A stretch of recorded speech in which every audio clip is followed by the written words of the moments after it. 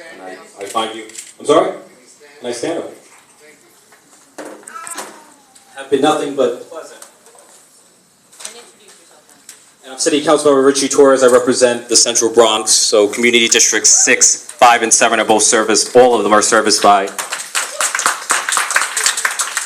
I have to say I'm troubled that you refuse to commit to monthly meetings. About a month ago, the City Council held hearings on HHC, and Councilman Corey Johnson and I asked the President and the COO whether he'd be willing to hold monthly meetings, and he said yes, so it sounds like you're reneging on that commitment. And I have... May I answer? Or do you, okay. So I didn't renege on monthly meetings. What I said was that I'd like to take a look at the schedule that we have for the work plan and milestones. So for example, next month, I think it's April 7th, I think we have a date, within less than a month to have another meeting with the group.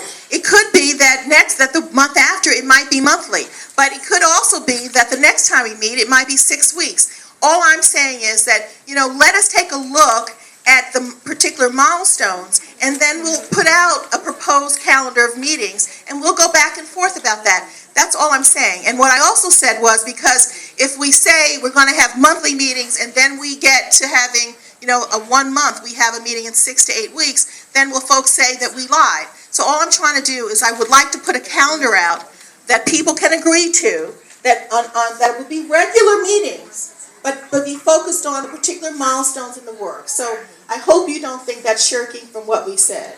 I do feel it's a change in the position. All right, but he didn't say it was dependent on milestones. He didn't say regular meetings. We were promised monthly meetings, and I feel like that's a reversal of the original understanding. And I can understand how that can be. And it is disappointing.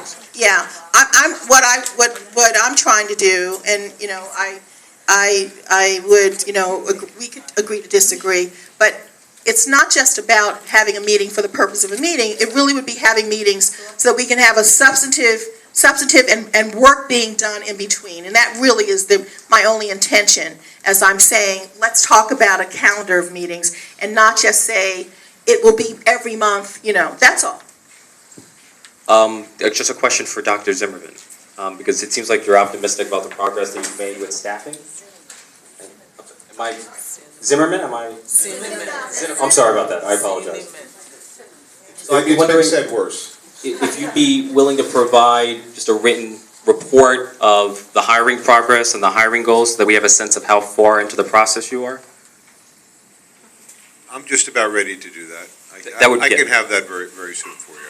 I need it I have it in my head. I need it to answer these questions in the detail in the next few weeks anyway. So and have it available for public distribution. And I will give it to my masters, and they will do with it what they do. Yes, that was a yes. Yes. No, that's great.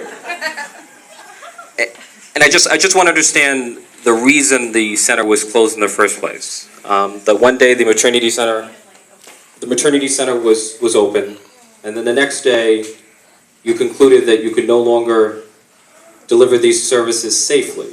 Yes. And so just the suddenness of the decision, the lack of consultation, I have trouble wrapping my head around that. Okay. The reason was we didn't have enough experienced staff to staff both sites 24/7 going forward.